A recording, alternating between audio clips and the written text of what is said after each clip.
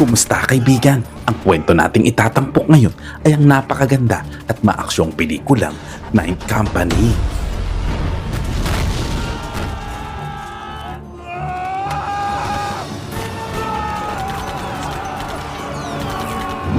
Nagsimula ang kwento sa isang maulang gabi sa Siberia, USSR taong 1988. Makikita na nagpapaalam ang mga batang Russian sa kanilang mga mahal sa buhay dahil kabilang sila sa listahan bilang mga bagong sundalo. Matapos ang malungkot na pamamaalam, ininspeksyon ng recruitment officer ang mga bag ng mga lalaki. Kinabukasan, agad na inutusan ang mga bagong recruit na magpagupit ng kanilang buhok. Ilang sandali pa, makikilala si Lutyi, isang recruit na may silber na ngipin. Sinuntok nito ang barbero sa mukha at ginupitan matapos siyang asarin nito tungkol sa kanyang suot. Samantala, makikilala naman ang isa pang recruit na si Voroby. Hinahanap niya ang 6 unit group. Ilang sandali pa, nakita niya ang grupo ni Lutyi habang sila'y nagiinuman. Dahil alam nilang magkakasama silang sasailalim sa training, kusa nang ipinakilala ni Lutyi ang grupo. Una, ipinakilala niya ang aspiring painter na si Ruslan. Sumunod ang dalawang tropa, sina Stas at Seri, at ang panghuli ay ang dalawang pasaway na sina Chugon at Rayaba. Pagkatapos, dumating naman ang barbero kasama ang isang opisyal at itinuro si Lutyi at ang kanyang grupo. Ang lahat ay tumayo at handa na sa kung anuman ang mangyayari. Pero binaliwala lang ng opisyal ang reklamo ng barbero. Sa halip ay binatukan pa niya ito matapos malaman na ang grupo na isinusumbong nito ay ang magiging miyembro ng Afghan unit. Hindi nagtagal, dumating sila sa Uzbekistan kung saan nakasama nila ang isa pang recruit na si Pinochet. Ilang sandali pa, dumating ang isang istrikto at nakakatakot na opisyal na si Lieutenant Digalo at sinigawan ang mga recruit na pumila ng maayos. Sinabi ng lieutenant na sa loob ng susunod na 3 buwan, sasanayin niya ang mga ito upang maging Soviet paratroopers. Pagkatapos, inutusan niya ang mga recruit na habulin siya habang nagmamaneho palayo. Nang makarating sila sa barracks malapit sa border ng Afghanistan, tinanong ni Lieutenant Digalo ang mga pangalan ng bawat isa. Nagsalita si Ruslan. Nagsimula itong maging pilosopo, kaya naman sinikmuraan siya ni Digalo bilang tugon. Maging si Lutyi ay nakatikim din ng suntok dahil sa nangyari sa barbershop. Kinahapunan, inutusan ang mga recruit na punuin ng mga bato ang kanilang mga backpack at umakyat sa tuktok ng burol.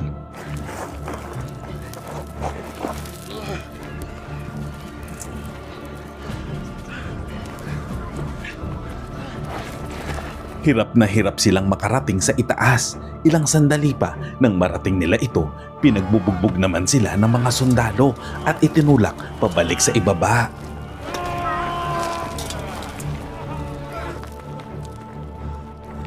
Pagkababa nila, sumigaw si Lieutenant Digalo at sinabing habang mas marami ang dugo na mawawala sa kanila sa training, mas kakaunti naman ang mawawala sa kanila sa gitna ng digmaan. Isang gabi, bago matulog ang grupo, hindi maintindihan ni Lutyi at ng iba pa kung bakit kailangan nilang mag-training ng 3 buwan habang ang ibang unit ay ilang linggo lamang at ipinadala na agad sa frontline. Narinig naman ni Rayaba ang isang balita tungkol kay Lieutenant Digalo na nawala ang lahat ng tauhan nito noong nasa Afghanistan pa ito. Kaya naman nawala ito sa katinuan at ngayon ay nakatali sila dito at sa mga nakakabaliw nitong training. Kinabukasan, pinatikim sa kanila ni Lieutenant Digalo ang impyerno sa training. Araw-araw silang gigising sa madaling araw, pagmamadaliin sa pagsusuot ng uniforme at mula doon ay sisimulan na silang pahirapan at parusahan ng husto.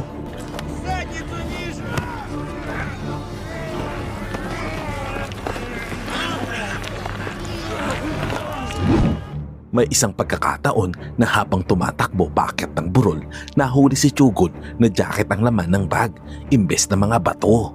Ang jacket ang nagsisilbing sapin para hindi gaanong masakit kung sakaling bumagsak si Chugon. Hindi ito ikinatuwa ni Lieutenant Tigalo kaya bilang parusa ay binugbog niya ito ng gusto hanggang sa matapos ang training.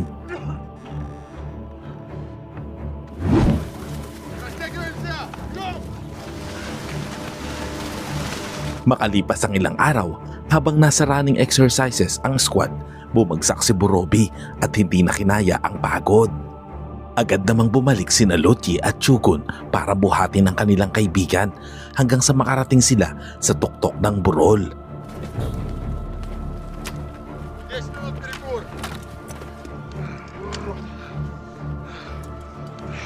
Pagdating sa itaas, sumigaw si Borobi na magkukwit na ito kinabukasan. Sinigundahan din ito ni Stas na aayaw na rin ito dahil nakatanggap ito ng sulat mula sa kanyang ina na ilang araw na ang nakalipas na nagsasabing may sakit ito at dahil walang mag-aalaga rito, sapat na raw itong dahilan para siya ay umuwi na. Kinabukasan, sa gitna ng formation, hinarap sila ng koronel at nagtanong kung mayroon bang gustong mag-quit na at ayaw nang magsilbi sa Afghanistan. Muntik nang humakbang si Borobi, ngunit nagbago ang isip nito sa huling sandali. Ganoon din si Stas, kaya naman nagpatuloy ang training gaya ng dati. Samantala, sa isang lesson tungkol sa plastic explosive, kinuha ni Ruslan ang bomba at hinubog ito na tila hugis ng ari ng lalaki. Tahimik na naghagikikan ang mga recruit pero nang hawakan ito ng instructor at nagbiro tungkol sa talong, hindi na napigilan ng klase ang humagalpak ng tawa na naging sanhi ng ingay ng buong silid. Sinabihan ng instructor si Ruslan na isusumbong siya nito sa lieutenant. Nang araw ding iyon, pumunta si Ruslan sa quarters ni Tigalo. Iniisip na mabubugbog na naman siya pero laking gulat niya na hindi ito galit. Sa halip, gusto nitong ipinta ni Ruslan ang kanyang portrait para sa isang babaeng sinusulatan niya sa kanilang probinsya. Nang sumunod na araw, isang kapitan naman ang nagturo sa grupo tungkol sa mga kultura ng Afghanistan, mga bagay na maaaring magligtas sa kanilang buhay o maging mitya ng kanilang kamatayan. Ipinaliwanag ng kapitan na ang Afghanistan ay isang Muslim state kaya mayroon silang mga batas at pananaw pagdating sa buhay at kamatayan. Sinabi nito na ang mga Muslim ay hindi natatakot mamatay o pumatay ng infidel, kaaway ng kanilang pananampalataya dahil ito ay itinuturing nilang madaling paraan para makapasok sa paraiso. At ang kawalan ng respeto sa kanilang mga kababaihan ay katumbas ng hatol na kamatayan. Higit sa lahat, hindi dapat maliitin ang bansang Afghanistan dahil sa mahabang kasaysayan nito, kailanman ay walang banyagang bansa ang nakasakop dito. Samantala, sa gitna ng target practice, nadiskubre ng squad na si Ruslan ay isang mahusay na marksman. Nang subukin ni Lieutenant Tigalo na patamaan ng isang barya mula sa malayo, tinamaan ito ni Ruslan ng walang kahirap-hirap.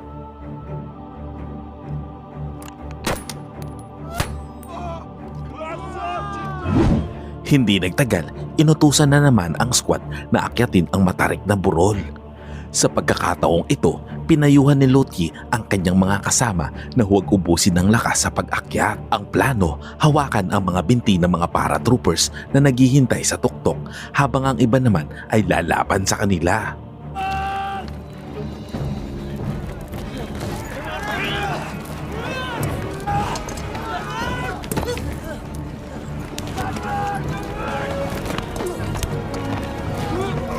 Sa huli, nagtagumpay ang kanilang plano.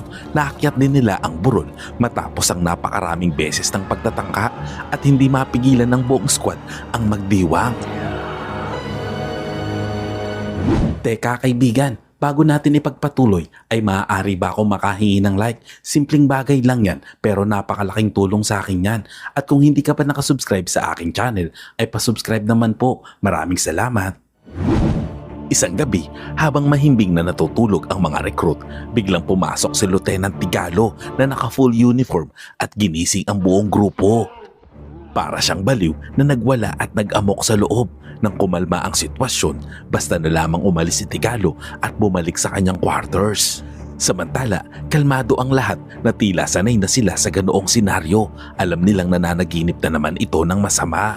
Kinuwento ni Ruslan na nagpadala ito ng sulat para mag-request na ma-deploy muli ito sa Afghanistan, ngunit tinanggihan ang kanyang hiling.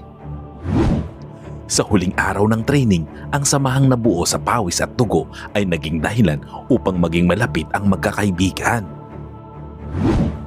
Kinabukasan, natapos na rin ang kanilang training. Makikita sa mga mata ni Lieutenant Tigalo ang lungkot na tila may gustong sabihin, ngunit hindi niya mahanap ang mga tamang salita.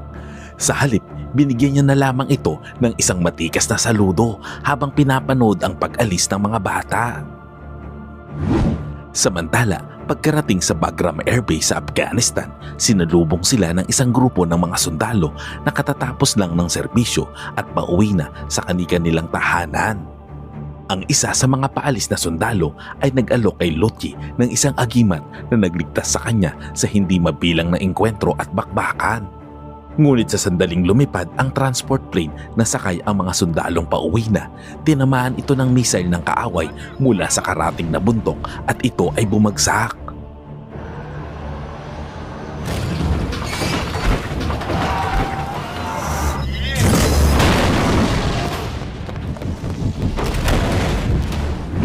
Ito ang nagsilbing unang tikim ng mga bagong recruit sa bagsik ng tunay na digmaan. Walang nakaligtas sa bumagsak na eroplano, kabilang na ang sundalong nagbigay kay Lotji ng agimat. Agad namang inassign ang mga bagong sundalo sa 9th Company, ang unit kung saan dating nagsilbi ang kanilang instructor na si Lieutenant Tigalo. Sa kasamaang palad, sina Pinoket at Ryaba ay ipinadala sa ibang unit, kaya naman nagkahiwalay sila ni Lotji at ng iba pa. Sinalubong ang mga bagong sundalo ni Lieutenant Kokol sa parahang katulad ng kay Tigalo. Pero dahil magkakasama na silang lalaban, hindi ito kasing lupit ni Lieutenant Tigalo. Pagkatapos ay binigyan niya ang mga bata ng briefing para sa kanilang escort mission. Hindi nagtagal, nakarating sila sa isang kuta na gawa sa bato sa itaas ng bundok. Habang nakikipag-inuman sa mga sundalong nakaistasyon doon, nakatanggap sila ng balita na may mga ilang Afghan na gustong umakyat sa bundok para gumawa ng gulo. Isa sa mga sundalong may hawak ng sniper rifle ang nakakilala sa isa sa mga kaaway at tinawag niya ang pangalan nitong Ahmed. Sinimulan nitong murahin ng Afghan. Lumalabas na ang Ahmed na ito ay matagal na silang sinusubaybayan sa maraming pagkakataon. Samantala, habang nasa patrol, aksidenteng nakaharap ni Borobi si Ahmed. Sinubukan ni Ahmed na pakalmahin ang sitwasyon at sinabing gaya ni Borobi, may babae ring naghihintay sa kanya. Dahan-dahang tumalikod si Ahmed at paalis na sana nang aksidente itong mawalan ng balanse. Dahil sa kaba, naiputok ni Borobi ang kanyang baril at napatay si Ahmed. Mabilis na dumating ang kanyang mga kasama at pinuli si Borobi sa kanyang unang pagpatay. Sinabi ng isang sundalo na noon ay nakapatay na si Ahmed ng 3 Soviet Army. Pagkatapos ay nagtanim ito ng isang granada sa ilalim ng bangkay ni Ahmed. Makalipas ang 6 na buwan, nagsimula ng maghukay at mag-establish ng posisyon ang 9th Company sa itaas ng isa sa mga bundok sa Afghanistan. Samantala, dumating na si Ryaba at ang ilang kasamahan mula sa kanilang unit na puno ng dugo. Malinaw na galing sila sa isang matinding bakbakan at marami sa kanila ang nawala. Nakiusap ang kapitan sa mga kasamahan ni Ryaba na alagaan ang kanilang kaibigan. Hindi na ito makapagsalita at tila wala na sa katinuan na parang gising ang katawan pero wala na doon ang kanyang isip. Makalipas ang 1 buwan, nakaistasyon pa rin ang 9th Company sa parehong lugar.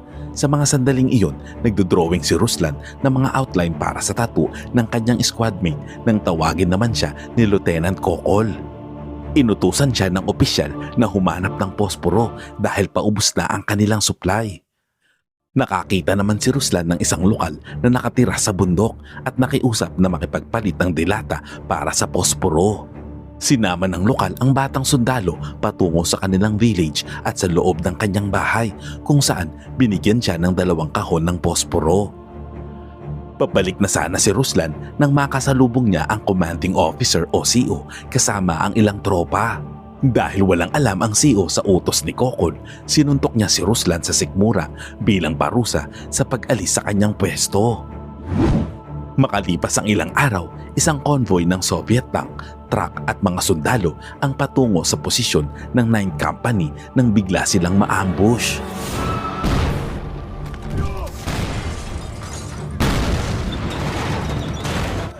Isang matinding bakbakan ang sumiklab sa pagitan ng Afghan Mujahideen at ng mga Soviet troops. Sinira ng mga rebelde ang ilang tangke at truck. Sa gitna ng kaguluhan, napatay ng mga Afghan ang kanilang commanding officer kasama na si Rayapa. Gamit ang element of surprise at dahil kabisado nila ang mga terrain, nagawang gulatin ng mga Afghan ang mga Soviet Army. Sinubukan ni na Lieutenant Kokol, Lutyi at ng iba pa na habulin ng mga kaaway pero nakatakas ang mga ito sa loob ng mga cave tunnels.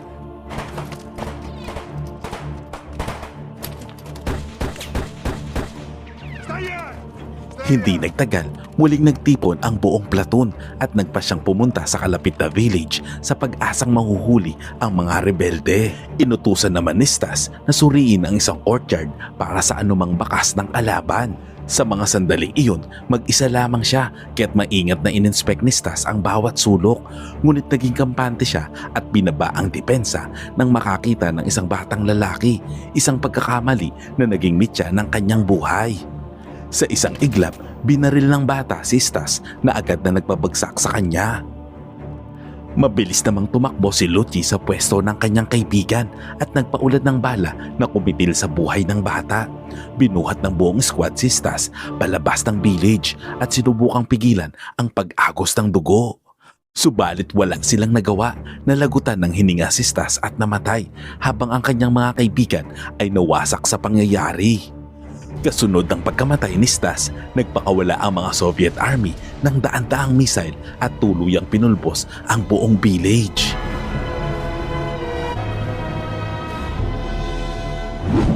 Bispiras ng bagong taon, ilang buwan na lang bago ang kanilang discharge, nagulat ang squad nang muling i-assign sa kanila si Pinoket.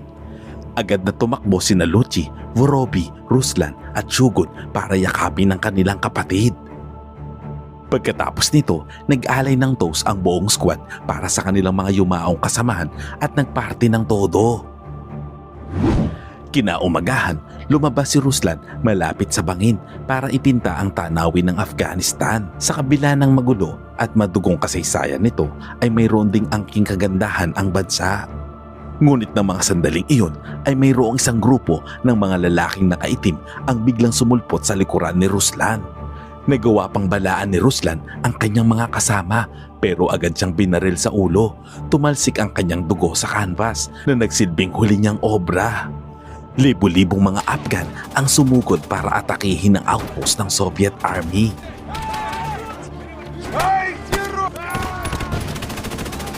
Sa kabila ng kakulangan nila sa bilang, nanatiling matatag ang mga sundalo. Matapos ang matinding pagpapaulan ng bomba ng mga Afghan, natuklasan ni Lieutenant Kokol na siya na lang ang natitirang opisyal. Hindi nagtagal, naging close quarter combat ang nangyari.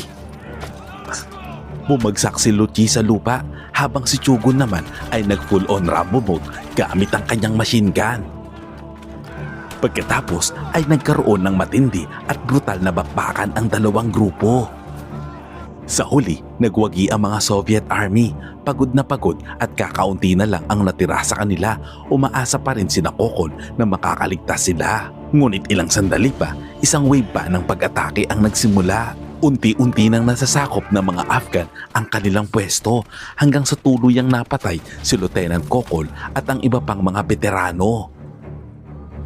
Samantala, ilang beses nang tinamaan si Shugun ng bala habang sinusubukang iligtas ang sugatang si Vorobi. Dahil wala ng pagkakataong makatakas, naglabas ng granada si Vorobi at pinasabog ang kanyang sarili kasama ang ilang mga kalaban. Matapos ang kamatayan ni Vorobi, nagwala ang mga natitirang Soviet at sumugod sa mga kaaway.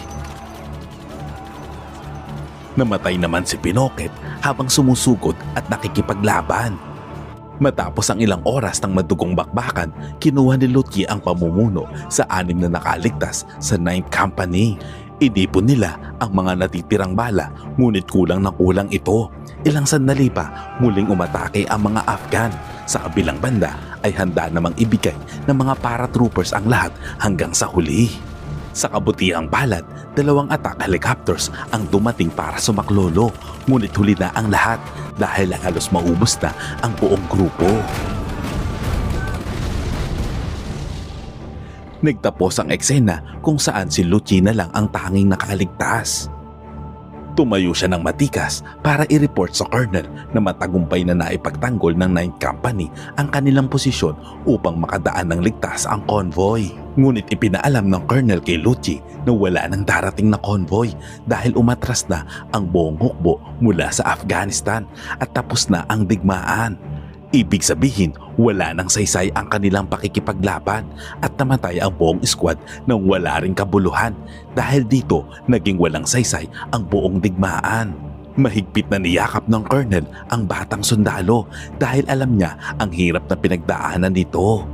Hindi naman napigilan ni Lutyi ang kanyang emosyon kaya't napasigaw ito ng malakas sa tindi ng sakit na naramdaman at sa mga kaibigang isinakripisyo ang sarili para sa bayan. Ang moral lesson ng kwentong ito ay hindi lahat ng pakikipaglaban sa bayan ay mayroong kabuluhan, lalo na kung ang iyong pinagsisilbihan ay mga politikong kawatan. Aray ko! Salamat kaibigan at umabot ka sa punto ng video na ito. Anong masasabi mo sa ending ng kwento? Kung nagustuhan mo ito, ay pwede ba akong makahingi ng like at pakitype naman sa comment section ang salitang Agnus Project? At kung bago ka naman sa ating munting channel, ay pasubscribe naman po bilang suporta. At para maipagpatuloy natin ang paghahatid ng magagandang movie recap, panoorin mo na rin po ang buong movie pag may time ka. Sana'y nagustuhan mo kaibigan ang kwentong ating itinampok. Kung magkagayon, ay baka naman pwedeng pakilike ang videong ito at pasubscribe na rin sa aking channel. Kung hindi mo naman ito nagustuhan ay pwede mong pindutin ang dislike button ng 2 beses para makasigurado ka.